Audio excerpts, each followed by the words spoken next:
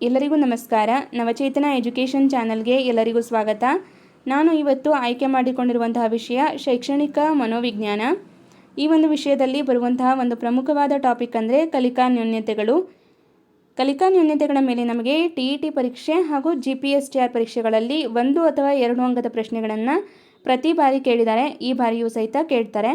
ಹಾಗಾಗಿ ಕಲಿಕಾ ನ್ಯೂನತೆ ಅಂದರೆ ಏನು, ಅದಕ್ಕೆ ಕಾರಣಗಳೇನೇನು ಮತ್ತು ಅದರಲ್ಲಿ ಎಷ್ಟು ವಿಧಗಳಿದೆ, ಹಾಗೆ ಅದಕ್ಕೆ ಯಾವ ಒಂದು ವೈಜ್ಞಾನಿಕ ಹೆಸರುಗಳಿಂದ ಅದನ್ನು ನಾವು ಗುರುತಿಸ್ತೀವಿ ಅನ್ನೋದನ್ನು ಕಂಪ್ಲೀಟಾಗಿ ಇವತ್ತು ನೋಡ್ತಾ ಹೋಗೋಣ. ಜೊತೆಗೆ ಕೆಲವೊಂದಿಷ್ಟು ಇಂಪಾರ್ಟೆಂಟ್ ಕ್ವೆಶನ್ಸ್ಗಳನ್ನು ಸಹಿತ ನಾವಿವತ್ತು ಚರ್ಚೆ ಮಾಡೋಣ. ಮೊದಲನೇದಾಗಿ ಕಲಿಕೆಯ ನ್ಯೂನತೆ ಅಂದರೆ ಏನು ಅಂತ ನೋಡೋಣ. ಕಲಿಕೆಯು ಸಾರ್ವತ್ರಿಕ, ಎಲ್ಲ ವ್ಯಕ್ತಿಗಳಲ್ಲೂ ಕಲಿಕೆ ಉಂಟಾಗುತ್ತದೆ. ಆದರೆ ಕೆಲವು ವ್ಯಕ್ತಿಗಳಲ್ಲಿ ಕಲಿಕೆಯು ಅಸಮರ್ಪಕವಾಗಿ ಉಂಟಾಗುತ್ತದೆ. ತರಗತಿಯ ಮಕ್ಕಳಲ್ಲೂ ಕೂಡ ಕೆಲವು ಮಕ್ಕಳು ಕಲಿಕಾ ನ್ಯೂನತೆಯಿಂದ ಕೂಡಿರುತ್ತಾರೆ.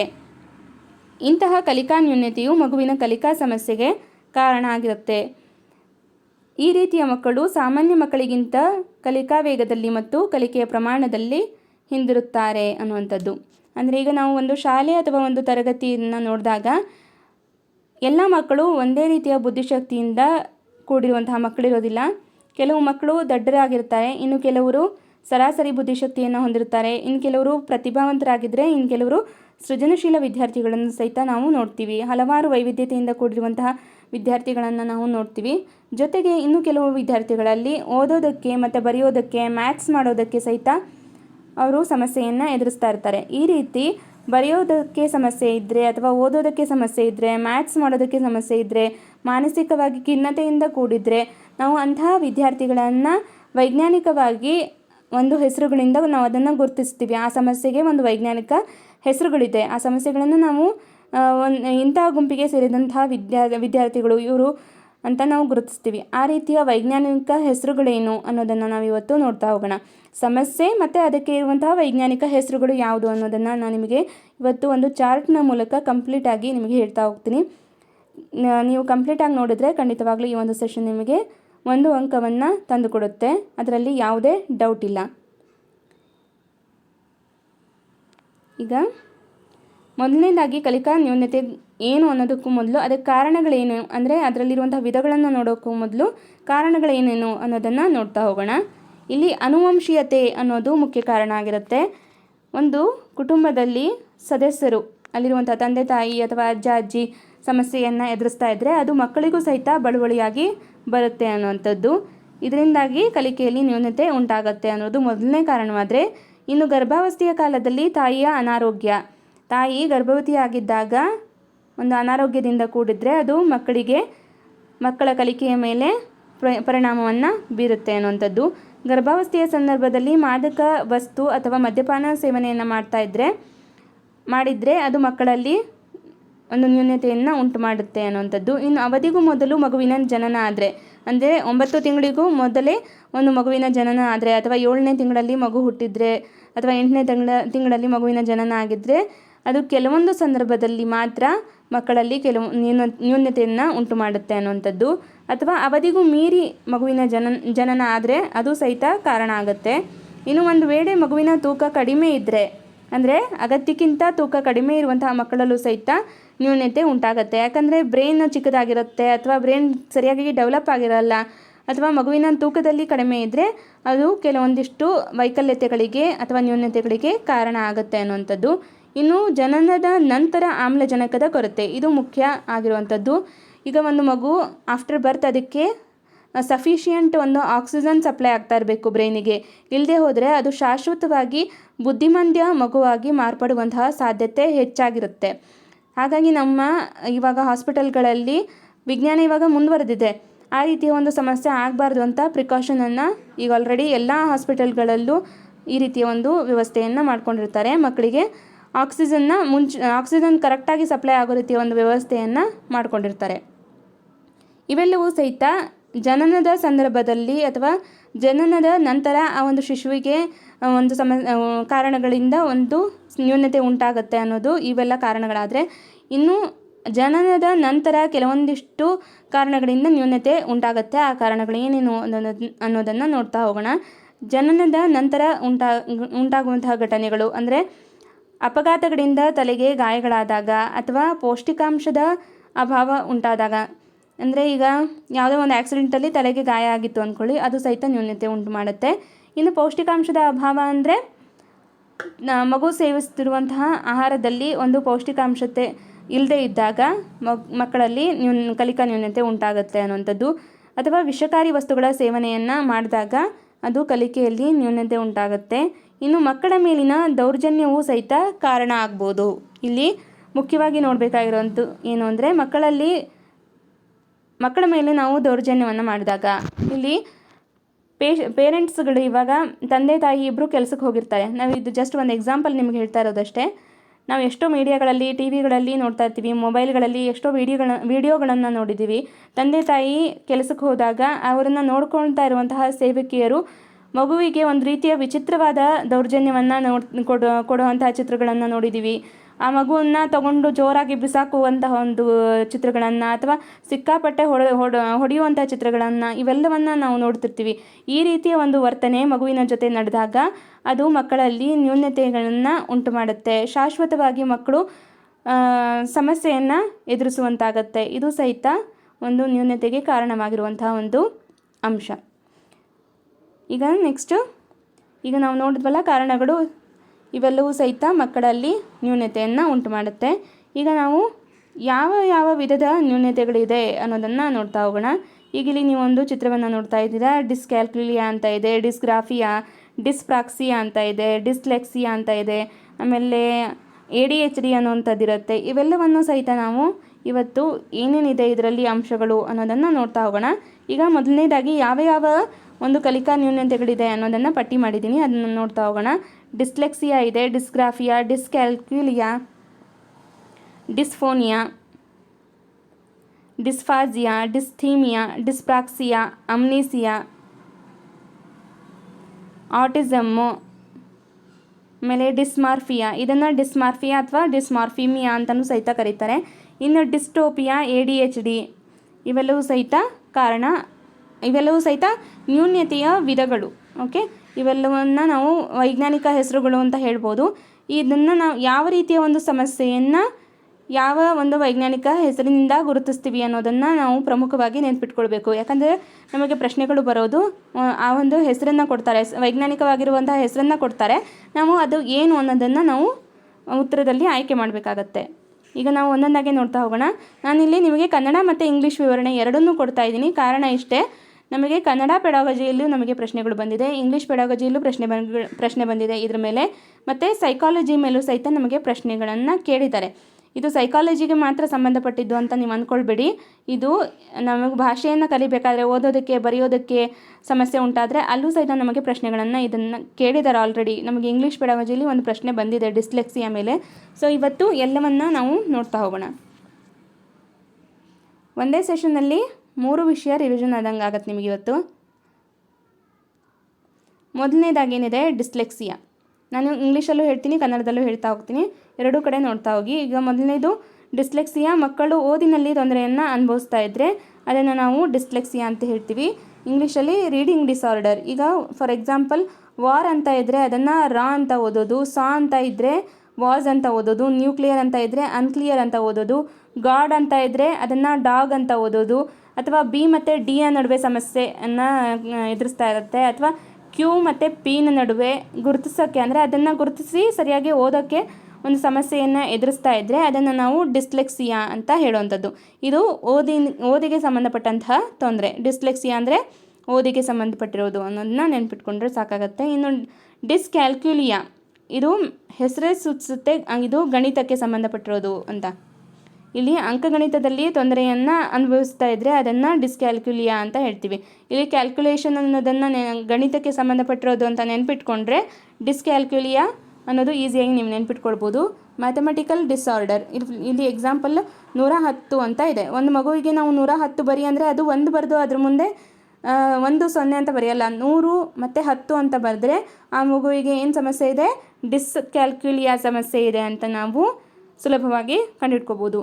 ಈಗ 110ನ್ನು ಕೂಡಿಸಿ ಬರೆಯೋಕ್ಕೆ ಬರ್ತಾ ಇರಲ್ಲ, 100 ಅಂತ ಬರೆದು 10 ಅಂತ ಬರೆದ್ರೆ ಆ ಮಗುವಿಗೆ ಆ ರೀತಿಯ ಒಂದು ಸಮಸ್ಯೆ ಇದೆ ಅಂತ ನಾವು ಗುರುತಿಸ್ಬೋದು. ಇನ್ನು ನೆಕ್ಸ್ಟು ಇದು ಫಾರ್ ಎಕ್ಸಾಂಪಲ್ ಈಗ 69ನ್ನು 96 ಅಂತ ಬರೆಯೋದು, ಈ ರೀತಿಯ ಸಮಸ್ಯೆ ಇದ್ರೂ ಸಹಿತ ಅದು ಡಿಸ್ಕ್ಯಾಲ್ಕುಲಿ ಆಗುತ್ತೆ. ಇನ್ನು ನೆಕ್ಸ್ಟು ಡಿಸ್ಗ್ರಾಫಿಯಾ, ಬರವಣಿಗೆಯಲ್ಲಿ ತೊಂದರೆಯನ್ನು ಅನುಭವಿಸ್ತಾ ಇರೋದು. ಈಗ ಗ್ರಾಫ್ ಅಂದರೆ ನಾವು ಅದನ್ನು ಬರೆಯುವಂಥದ್ದಲ್ವಾ, ಈ ರೀತಿ ನೆನ್ಪಿಟ್ಕೊಂಡ್ರೆ ಡಿಸ್ಗ್ರಾಫಿಯಾ ಬರವಣಿಗೆಯ ತೊಂದರೆ ಅಂತ ನಾವು ನೆನ್ಪಿಟ್ಕೊಳ್ಬೋದು. ಇಲ್ಲಿ ರೈಟಿಂಗ್ ಡಿಸಾರ್ಡರ್ ಅಂತ ಇದೆ. ಇನ್ನು ನೆಕ್ಸ್ಟು ಡಿಸ್ಪ್ರಾಕ್ಸಿಯಾ ಅನ್ನುವಂಥದ್ದು ಒಂದು ವಿಶೇಷವಾದಂತಹ ಒಂದು ನ್ಯೂನತೆ, ಸ್ನಾಯುಗಳಲ್ಲಿನ ತೊಂದರೆ ಅಥವಾ ಗತಿ ಸಾಮರ್ಥ್ಯ ಅಥವಾ ಮನೋಜನ್ಯ ಕೌಶಲ್ಯಗಳ ತೊಂದರೆ. ಇಲ್ಲಿ ಮನೋಜನ್ಯ ಕೌಶಲ್ಯ ಅಥವಾ ಗತಿ ಸಾಮರ್ಥ್ಯ ಅಂದರೆ ಫಿಸಿಕಲ್ ಆ್ಯಕ್ಟಿವಿಟಿ ಮಾಡೋದಕ್ಕೆ ಒಂದು ಮಗು ತೊಂದರೆಯನ್ನು ಅನುಭವಿಸ್ತಾ ಇದ್ದರೆ ಅದು dyspraxia. For example jumping, cycling, riding, ಅಥವಾ ಇದನ್ನು ನಾವು ಇಂಗ್ಲೀಷಲ್ಲಿ ಏನಂತೀವಿ, ಮೋಟರ್ ಸ್ಕಿಲ್ ಡಿಸಾರ್ಡರ್ ಅಂತ ಹೇಳ್ತೀವಿ. Motor skill disorder is also called ಅಂದರೆ ಅದು ಡಿಸ್ಪ್ರಾಕ್ಸಿಯಾ. ಓಕೆ, ಈ ಒಂದು ಪ್ರಶ್ನೆ ನಿಮಗೆ ಕೇಳಿದ್ದಾರೆ ಆಲ್ರೆಡಿ CTETಲಿ, ನೋಡೋಣ ಅದನ್ನ ಮುಂದೆ.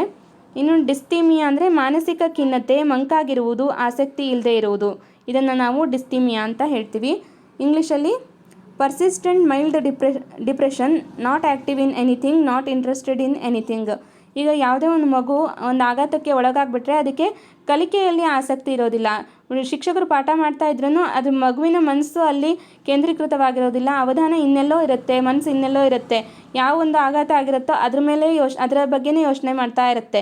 ಇಲ್ಲಿ ಶಿಕ್ಷಕರು ಮಾಡಬೇಕಾಗಿರುವಂಥ ಒಂದು ಮುಖ್ಯ ಕಾರ್ಯ ಏನು ಅಂದರೆ ಅಂತಹ ಮಕ್ಕಳನ್ನು ಗುರುತಿಸಬೇಕು, ಅವರ ಜೊತೆಗೆ ಆಪ್ತ ಸಮಾಲೋಚನೆಯನ್ನು ಮಾಡಬೇಕು, ಅವರ ಸಮಸ್ಯೆಗೆ ಕಾರಣಗಳನ್ನು ತಿಳ್ಕೊಂಡು ಅದಕ್ಕೆ ಸೂಕ್ತ ಪರಿಹಾರವನ್ನು ನಾವು ಸೂಚಿಸಬೇಕಾಗಿರುತ್ತೆ. ಇದು ಶಿಕ್ಷಕರ ಒಂದು ಮುಖ್ಯ ಕರ್ತವ್ಯ ಆಗಿರುತ್ತೆ. ನಾವು ಅವರಿಗೆ ಆಸಕ್ತಿ ಇಲ್ಲ ಬಿಡುವಂತ ನಾವು ಅವ್ರನ್ನ ಮೂಲೆ ಗುಂಪು ಮಾಡಿ ಕೂರಿಸೋದಲ್ಲ, ಅವರಿಗೆ ನಾವು ಹೆಚ್ಚಿನ ಆದ್ಯತೆಯನ್ನು ಕೊಟ್ಟು ಅವರು ಕಲಿಕೆಯಲ್ಲಿ ಪಾಲ್ಗೊಳ್ಳುವಂತೆ ಮಾಡಬೇಕಾಗಿರುತ್ತೆ.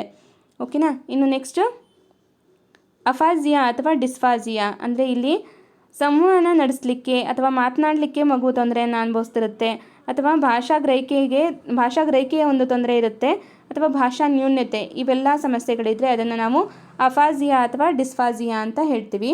ಇಲ್ಲಿ ಕಮ್ಯುನಿಕೇಷನ್ ಡಿಸಾರ್ಡರು, ಕಾಂಪ್ರಿಹೆನ್ಷನ್ ಡಿಸಾರ್ಡರ್ ಅಥವಾ ಲ್ಯಾಂಗ್ವೇಜ್ ಡಿಸಾರ್ಡರ್ ಅಂತ ಹೇಳ್ಬೋದು. ಅಂದರೆ ಒಂದು ಮಗುವಿಗೆ ಒಂದು ಭಾಷೆಯಲ್ಲಿ ಒಂದು ಪಾಂಡಿತ್ಯ ಇಲ್ಲ ಅಥವಾ ಶಬ್ದ ಭಂಡಾರದ ಕೊರತೆ ಇತ್ತು ಅಂದರೆ ಅದು ಈಸಿಯಾಗಿ ಕಮ್ಯುನಿಕೇಟ್ ಮಾಡೋದಕ್ಕಾಗಲ್ಲ, ಒಂದು ಭಯದಲ್ಲೇ ಇರುತ್ತೆ, ಏನು ಮಾತಾಡೋದು ಅನ್ನುವಂಥ ಒಂದು ಭಯ ಇರುತ್ತೆ ಮಗುವಿಗೆ. ಈ ರೀತಿಯ ಸಮಸ್ಯೆ ಇದ್ದರೆ ಇದನ್ನು ಅಫಾಜಿಯಾ ಅಥವಾ ಡಿಸ್ಫಾಜಿಯಾ ಅಂತ ಹೇಳ್ತೀವಿ. ಇನ್ನು ನೆಕ್ಸ್ಟ್ ಅಮ್ನೀಸಿಯಾ, ಇದು ಮರೆವಿನ ತೊಂದರೆ ಅಥವಾ ಮೆಮೊರಿ ಡಿಸಾರ್ಡರ್, ಅಂದರೆ ಯಾವುದೇ ಒಂದು ವಿಷಯವನ್ನು ಹೆಚ್ಚು ಕಾಲ ನೆನ್ಪಿಟ್ಕೊಳ್ಳೋಕ್ಕೆ ಆಗದೆ ಇರೋವಂಥದ್ದು ಅಥವಾ ತಕ್ಷಣ ಮರೆತು ಹೋಗುವಂಥದ್ದನ್ನು ನಾವು ಏನು ಹೇಳ್ತೀವಿ, ಅಮ್ನೀಸಿಯಾ ಅಂತ ಹೇಳ್ತೀವಿ. ಇನ್ನು ADHD ಅಂದರೆ ನಮಗೆ ಇದ್ರ ಮೇಲೆ ಪ್ರಶ್ನೆಗಳನ್ನು ಯಾವ ರೀತಿ ಕೇಳ್ತಾರೆ ಅಂದರೆ ADHDಯ ಫುಲ್ ಫಾರ್ಮ್ ಏನು ಅಂತ ಕೇಳ್ತಾರೆ. ಇಲ್ಲಿ ನಾನು ಮೆನ್ಷನ್ ಮಾಡಿದ್ದೀನಿ ನೋಡಿ, attention deficit hyperactivity disorder. ಇಲ್ಲಿ ಮಗುವಿನ ಸಮಸ್ಯೆ ಏನಿರುತ್ತೆ ಅಂದರೆ ಅವಧಾನವನ್ನು ಕೇಂದ್ರೀಕರಿಸುವಲ್ಲಿ ಮಗುವಿಗೆ ತೊಂದರೆ ಇರುತ್ತೆ, ಅನಗತ್ಯ ಚಟುವಟಿಕೆಯನ್ನು ಮಾಡ್ತಾ ಇರುತ್ತೆ. ನಾವು ಒಂದು ಸಾಮಾನ್ಯ ಒಂದು ಮಗುವನ್ನು ನೋಡೋದಕ್ಕೂ ADHDಯ ಮಗುವನ್ನು ನೋಡೋದಕ್ಕೂ ನಮ್ಗೆ ಗೊತ್ತಾಗ್ಬಿಡುತ್ತೆ ಈ ಮಗುವಿನಲ್ಲಿ ಏನೋ ಒಂದು ತೊಂದರೆ ಇದೆ. ನಾವು ಹೇಳಿದ ತಕ್ಷಣ ಆ ಮಗುವಿಗೆ ಅದು ಅಂದರೆ ಅರ್ಥನೂ ಮಾಡ್ಕೊಳ್ಳಲ್ಲ, ನಾವು ಏನು ಹೇಳ್ತಾ ಇದ್ದರೆ ಅದು ನಾವು ಹೇಳಿದ್ದನ್ನು ಕೇಳಿಸ್ಕೊಳ್ಳೋದೇ ಇಲ್ಲ, ತನ್ನ ಪಾಡಿಗೆ ತಾನೇನೋ ಒಂದು ಆ್ಯಕ್ಟಿವಿಟಿಯನ್ನು ಮಾಡ್ತಾನೆ ಇರುತ್ತೆ. ಈಗ ನಾವು ಒಂದು ಸಾಮಾನ್ಯ ಮಗುವಿಗೆ ಗದರಿಸಿದ ತಕ್ಷಣ ಅದು ಸುಮ್ಮನಾಗುತ್ತೆ, ಬಟ್ ಆದರೆ ADHDಯ ಮಕ್ಕಳನ್ನು ಕಂಟ್ರೋಲ್ ಮಾಡೋದು ಹೈಲಿ ಇಂಪಾಸಿಬಲ್, ಅದು ಸಾಧ್ಯನೇ ಇಲ್ಲ. ಅವ್ರನ್ನ ಕಂಟ್ರೋಲ್ ಮಾಡೋಕ್ಕೂ ಸಾಧ್ಯ ಇಲ್ಲ, ಅವ್ರನ್ನ ಕರ್ಕೊಂಡು ಬಂದು ಒಂದು ಕಡೆ ಕೂರ್ಸೋಕ್ಕೂ ಸಾಧ್ಯ ಇರಲ್ಲ. ಆ ರೀತಿಯ ಒಂದು ಹೈಪರ್ ಆ್ಯಕ್ಟಿವಿಟಿ ಡಿಸಾರ್ಡರ್ ಇರುತ್ತೆ. ಇದನ್ನು ನಾವು ADHD ಅಂತ ಒಂದು ಸೈಂಟಿಫಿಕ್ ಆಗಿ ಗುರುತಿಸ್ತೀವಿ. ಮತ್ತು ಇಂತಹ ಮಕ್ಕಳಿಗೆ ಟ್ರೀಟ್ಮೆಂಟ್ ಇದೆ ಕೂಡ, ಮತ್ತು ಅದು ವಾಸಿ ಆಗುತ್ತೆ, ಹೋಗ್ತಾ ವಾಸಿ ಆಗುತ್ತೆ. ಅಂದರೆ ಈಗ ಇಂತಿಷ್ಟು ವಯಸ್ಸಿನ ತನಕ ಈ ರೀತಿ ಮಾಡ್ತಾ ಇರ್ತವಂಥ ಒಂದು ಸೈಂಟಿಫಿಕ್ ಅದು ಪ್ರೂವ್ ಆಗಿದೆ. ಆನಂತರ ಅದು ADHD ಅನ್ನುವಂಥ ಸಮಸ್ಯೆ ಕ್ಯೂರ್ ಆಗುತ್ತೆ ಅನ್ನೋಂಥದ್ದು. ಈಗ ನೆಕ್ಸ್ಟು ಆಟಿಸಮ್ ಅಂದರೆ ಇದು ನರಸಂಬಂಧಿ ವರ್ತನಾ ರೋಗ ಸಮಷ್ಟಿ. ಸಮಾಜದಲ್ಲಿ ಹೊಂದಿಕೊಳ್ಳೋಕ್ಕೆ ಮಕ್ಕಳಿಗೆ ತೊಂದರೆ ಆಗ್ತಾ ಇದ್ದರೆ ನಾವು ಅದನ್ನು ಆಟಿಸಮ್ ಅಂತ ಹೇಳ್ತೀವಿ. Autism is A developmental disorder characterised by difficulties with social interaction. ಇಲ್ಲಿ ಸಮಾಜದೊಂದಿಗೆ ಬೆರೆಯೋದಕ್ಕೆ, ಹೊಂದಾಣಿಕೆ ಮಾಡ್ಕೊಳ್ಳೋದಕ್ಕೆ ತೊಂದರೆಯನ್ನು ಅನುಭವಿಸ್ತಾ ಇರುತ್ತೆ. ಮತ್ತು ಆಟಿಸಮ್ ಅನ್ನೋವಂಥದ್ದಕ್ಕೆ ಟ್ರೀಟ್ಮೆಂಟ್ ಕ್ಯಾನ್ ಹೆಲ್ಪ್, ಅಂದರೆ ಟ್ರೀಟ್ಮೆಂಟ್ ಅನ್ನುವಂಥದ್ದು ಹೆಲ್ಪ್ ಮಾಡುತ್ತೆ, but this condition can't be cured. ಆದರೆ ಇಲ್ಲಿ ಸಮಸ್ಯೆಯನ್ನು ನಾವು ಶಾಶ್ವತವಾಗಿ ಪರಿಹಾರ ಮಾಡಲಿಕ್ಕಾಗತ್ತೆ ಅನ್ನುವಂತಹ ಒಂದು ಸಾಧ್ಯತೆ ಆಟಿಸಮಲ್ಲಿ ಇಲ್ಲ ಅನ್ನೋವಂಥದ್ದು. ಓಕೆ, ಸೊ ಈ ಒಂದು ಅಂಶವನ್ನು ನೆನ್ಪಿಟ್ಕೊಂಡಿರಿ. ಇನ್ನು ನೆಕ್ಸ್ಟ್ ಡಿಸ್ಫೋನಿಯಾ, ಇಲ್ಲಿ ಉಚ್ಚಾರಣೆಯಲ್ಲಿ ತೊಂದರೆ ಇರುತ್ತೆ. ಡಿಸ್ಫೋನಿಯಾ ಅಂದರೆ ಫೋನಿಗೆ ಸಂಬಂಧಪಟ್ಟದ್ದು, ಸೌಂಡ್ಗೆ ಸಂಬಂಧಪಟ್ಟದ್ದು, ಉಚ್ಚಾರಣೆಗೆ ಸಂಬಂಧಪಟ್ಟದ್ದು ಅನ್ನೋಂಥ ನೀವು ನೆನ್ಪಿಟ್ಕೊಂಡ್ರೆ ಡಿಸ್ಫೋನಿಯಾ ಅನ್ನೋಂಥದ್ದು ನಿಮಗೆ ಈಸಿಯಾಗಿ ನೆನಪಿರುತ್ತೆ. ಡಿಸ್ಫೋನಿಯಾ ಅಂದರೆ ಸೌಂಡ್ಗೆ ಅಥವಾ ಉಚ್ಚಾರಣೆಗೆ ಸಂಬಂಧಪಟ್ಟದ್ದು ಅಂತ ನೆನ್ಪಿಟ್ಕೊಳ್ಳಿ. ಸ್ಪೀಕಿಂಗ್ ಆರ್ ಪ್ರೊನೌನ್ಸಿಯೇಷನ್ ಡಿಸಾರ್ಡರನ್ನು ನಾವು ಡಿಸ್ಫೋನಿಯಾ ಅಂತ ಹೇಳ್ತೀವಿ. ಸೊ ಇದೆಲ್ಲವೂ ನಿಮಗೆ ಕಲಿಕೆಯ ನ್ಯೂನ್ಯತೆಗೆ ಅಂದರೆ ಕಲಿಕೆಯ ನ್ಯೂನ್ಯತೆಯ ವಿಧಗಳು, ಕಲಿಕೆಗೆ ಸಂಬಂಧಪಟ್ಟಂತಹ ಒಂದು ವಿಧಗಳಿವು. ಇದೆಲ್ಲವೂ ಸೈಂಟಿಫಿಕ್ ಹೆಸರುಗಳನ್ನ ಹೇಳಿದ್ದೀನಿ ಮತ್ತು ಅದನ್ನು ವಿವರಣೆ ಸಹಿತ ನಿಮಗೆ ಹೇಳಿದ್ದೀನಿ. ಈಗ ಇನ್ನೆರಡು ನ್ಯೂನ್ಯತೆಗಳಿದೆ. ಇದು ಕಲಿಕೆಗೆ ಸಂಬಂಧಪಟ್ಟದ್ದಲ್ಲ. ನೀವು ಇದನ್ನು ನೆನ್ಪಿಟ್ಕೊಳ್ಬೇಕು. ಯಾಕೆ ಅಂದರೆ ಆಯ್ಕೆಗಳಲ್ಲಿ ಕೊಟ್ಟರೆ ನೀವು ಇದನ್ನು ತೆಗೆದುಹಾಕ್ಬೋದು ಈಸಿಯಾಗಿ. ಇದು ಯಾಕಂದರೆ ಕಲಿಕೆಗೆ ಸಂಬಂಧಪಟ್ಟದ್ದಲ್ಲ ಅನ್ನೋದಕ್ಕೋಸ್ಕರ ಆ ಒಂದು ಉದ್ದೇಶಕ್ಕೆ ಹೇಳ್ತಾ ಇದ್ದೀನಿ. ಡಿಸ್ಮಾರ್ಫಿಯಾ ಅಥವಾ ಡಿಸ್ಮಾರ್ಫಿಮಿಯಾ ಅಂತಲೂ ಕೂಡ ಇದನ್ನು ಹೇಳ್ತಾರೆ. ನಾನು ನೆಟ್ಟಲ್ಲಿ ಸರ್ಚ್ ಮಾಡಿದಾಗ ಎರಡೂ ಹೆಸರು ಇದೆ, ಡಿಸ್ಮಾರ್ಫಿಯಾ ಅಥವಾ ಡಿಸ್ಮಾರ್ಫಿಮಿಯಾ ಅಂತ. ತಮ್ಮನ್ನು ಇತರರೊಂದಿಗೆ ಹೋಲಿಸಿಕೊಂಡು ತಾವೇ ವಿಚಿತ್ರವಾಗಿ ಭಾವಿಸುವುದು ಮತ್ತು ಸಮಾಜದೊಂದಿಗೆ ಬೆರೆಯಲು ಹಿಂಜರಿಕೆ ಅನ್ನುವಂಥ ಒಂದು ಸಮಸ್ಯೆ ಇದ್ದರೆ ಅದು ಡಿಸ್ಮಾರ್ಫಿಯಾ ಆಗುತ್ತೆ. ಇಲ್ಲಿ ನಿಮಗೆ ಉದಾಹರಣೆ ಮೂಲಕ ಹೇಳಬೇಕು ಅಂದರೆ, ಒಬ್ಬ ದಪ್ಪಗಿರುವ ವ್ಯಕ್ತಿ ಅಥವಾ ಮಹಿಳೆ ಅಥವಾ ಪುರುಷ ಸಣ್ಣಗಿರುವಂಥವ್ರನ್ನ ನೋಡಿ ಒಂದು ರೀತಿ ಜಲಸ್ ಆಗ್ತಾ ಇರತ್ತೆ ಅವರಿಗೆ. ನಾನು ನೋಡಪ್ಪ ಇಷ್ಟು ದಪ್ಪ ಇದ್ದೀನಿ, ನಾನು ಯಾಕೆ ಇಷ್ಟು ಅವ್ರ ಥರ ಸಣ್ಣಗಿಲ್ಲ, ನಾನು ಯಾಕೆ ಅವ್ರ ಥರ ಸುಂದರವಾಗಿಲ್ಲ ಅನ್ನುವಂಥ ಒಂದು ಕೊರಗು ಅವ್ರ ಮನಸ್ಸಲ್ಲೇ ಇರುತ್ತೆ. ಆ ಒಂದು ಕೊರಗಿನ ಏನು ಮಾಡ್ತಾರೆ, ಅವರು ಸಮಾಜದೊಂದಿಗೆ ಬೆರೆಯೋದೇ ಇಲ್ಲ. ಯಾಕೆ ಬೆರೆಯೋದಿಲ್ಲ ಅಂದರೆ ನನ್ನನ್ನು ನೋಡಿ ಎಲ್ಲರೂ ಡುಮ್ಮಿ ಅಂತಾರೆ ಅನ್ನೋದಕ್ಕೋಸ್ಕರ ಅವರು ಹಿಂಜರಿತಿರ್ತಾರೆ, ಸಮಾಜದೊಂದಿಗೆ ಬೆರೆಯೋದೇ ಇಲ್ಲ. ಅಥವಾ ಯಾವುದೇ ಒಂದು ಫಂಕ್ಷನಿಗೆ ಬರ್ರಿ ಅಂದರೆ ನನ್ನನ್ನು ನೋಡಿ ಎಲ್ಲರೂ ಒಂದು ರೀತಿ ಗೇಲಿ ಮಾಡ್ತಾರೆ ಅನ್ನುವಂತಹ ಒಂದು ಮನೋಭಾವದಿಂದ ಅವರು ಅದರ ಜನರೊಂದಿಗೆ ಬೆರೆಯೋದಕ್ಕೆ ಹಿಂದೇಟಾಕ್ತಾರೆ. ಅಥವಾ ಕಪ್ಪಗಿದ್ದರೆ ಅವರು ಹಿಂದೇಟಾಕ್ತಾರೆ, ಅಥವಾ ಸುಂದರವಾಗಿಲ್ಲ ಅನ್ನೋದಕ್ಕೆ ಹಿಂದೇಟಾಕ್ತಾರೆ, ಅಥವಾ ಯಾವುದೇ ಒಂದು ರೀಸನ್ ಅವರೇ ಭಾವಿಸ್ತಿರ್ತಾರೆ, ಅವ್ರಿಗವರೇ ಕಲ್ಪನೆ ಮಾಡ್ಕೊಂಡು ಬಿಟ್ಟಿರ್ತಾರೆ, ನಾನು ಅವ್ರಿಗಿಂತ ಚೆನ್ನಾಗಿಲ್ಲ, ಸೊ ನಾನು ಎಲ್ಲೂ ಬೆರಿಬಾರ್ದು ಅನ್ನುವಂಥದ್ದು. ಈ ರೀತಿಯ ಒಂದು ನ್ಯೂನ್ಯತೆ ಇದ್ದರೆ ಅಥವಾ ಕೊರಗಿದ್ರೆ ಅದನ್ನು ನಾವು ಡಿಸ್ಮಾರ್ಫಿಯಾ ಅಂತ ಹೇಳ್ತೀವಿ. ಇನ್ನೊಂದು ವಿಚಿತ್ರವಾದ ಕಾಯಿಲೆ ಇದೆ. ನೆಕ್ಸ್ಟ್ ಡಿಸ್ಟೋಪಿಯಾ. ಇದು ವಿಚಿತ್ರದಲ್ಲಿ ವಿಚಿತ್ರ ಕಾಯಿಲೆ. ಭ್ರಮೆಯಲ್ಲಿ ಎಲ್ಲವೂ ನಶಿಸಿದಂತೆ ಭಾವಿಸುವುದು. ಯಾಕೆ ಅಂದರೆ ಈಗ ಒಂದು ವ್ಯಕ್ತಿ ಇದು ಎಕ್ಸಾಂಪಲ್ ಅಷ್ಟೇ ಹೇಳ್ತೀನಿ ನಿಮಗೆ. ಮುಂದಿನ ಯಾವುದೋ ಒಂದು ವರ್ಷಗಳಲ್ಲಿ ಪ್ರಳಯ ಆಗಬೇಕು ಅಂತ ಇದು ಸುದ್ದಿ ಆಗ್ತಾ ಇರುತ್ತೆ. ಆದರೆ ಆ ವ್ಯಕ್ತಿಗೇನು, ಇವತ್ತು ರಾತ್ರಿ ಈಗ ನಾನು ಮಲಗಿದ್ದೀನಿ ಅಂದರೆ ಬೆಳಗ್ಗೆ ಅನ್ನೋಷ್ಟೊತ್ತಿಗೆ ಪ್ರಳಯ ಆಗಿಬಿಟ್ಟಿರುತ್ತೆ, ನಾನು ಸತ್ತೋಗ್ಬಿಟ್ಟಿರ್ತೀನಿ ಅನ್ನುವಂಥ ಭ್ರಮೆಯಲ್ಲೇ ಮಲಗಿರ್ತಾನಂತ. ಭ್ರಮೆಯಲ್ಲೇ ಇರ್ತಾನೆ. ಅತ್ತ ಕುಂತರೂ ಭ್ರಮೆ, ನಿಂತರೂ ಭ್ರಮೆ, ಎಲ್ಲಿ ಹೋದರೂ ಭ್ರಮೆ. ಈಗ ಫಾರ್ ಎಕ್ಸಾಂಪಲ್ ಕೊರೋನಾ ಈಗ ಎಲ್ಲ ಕಡೆ ಹರಡ್ತಿದೆಯಲ್ಲ, ನಾನು ಈಗೆಲ್ಲಾದರೂ ಹೊರಗಡೆ ಹೋಗಿ ಬಂದರೆ ಕೊರೋನಾ ನನ್ನ ಜೊತೆನೇ ಬಂದುಬಿಡುತ್ತೆ, ಆ ಕೊರೋನಾ ನನಗೆ ಅಂಟ್ಕೊಂಡೇ ಬಂದುಬಿಡುತ್ತೆ ಅನ್ನುವಂತಹ ಭ್ರಮೆಯಲ್ಲೇ ಬದುಕ್ತಿರ್ತಾನೆ. ಈ ರೀತಿ ಭ್ರಮೆಯಲ್ಲೇ ಬದುಕ್ತಾ ಇದ್ದರೆ ಅದನ್ನು ನಾವು ಡಿಸ್ಟೋಪಿಯಾ ಅಂತ ಹೇಳ್ತೀವಿ. ಈ ರೀತಿ ವಿಚಿತ್ರ ಕಾಯಿಲೆಗಳು ಸಹಿತ ಇರುತ್ತೆ ಅನ್ನೋಂಥದ್ದು. ಡಿಸ್ಟರ್ಬೆನ್ಸ್ ಆಗ್ತಿದೆ ಕ್ಲಾಸಿಗೆ, ವೆಹಿಕಲ್ಸ್ ಓಡಾಡ್ತಿದೆ ಅದರಿಂದ. ಈಗ ನೆಕ್ಸ್ಟ್ ಪ್ರಶ್ನೋತ್ತರಗಳನ್ನು ನೋಡೋಣ. ಈಗ ಇದು ಎಲ್ಲವೂ ಹಿಂದಿನ ಪ್ರಶ್ನೆ ಪತ್ರಿಕೆಗಳಲ್ಲಿ ನಮಗೆ ಆಲ್ರೆಡಿ ಕೇಳಿರುವಂಥ ಪ್ರಶ್ನೆಗಳನ್ನೇ ಆಯ್ಕೆ ಮಾಡ್ಕೊಂಡಿದ್ದೀನಿ.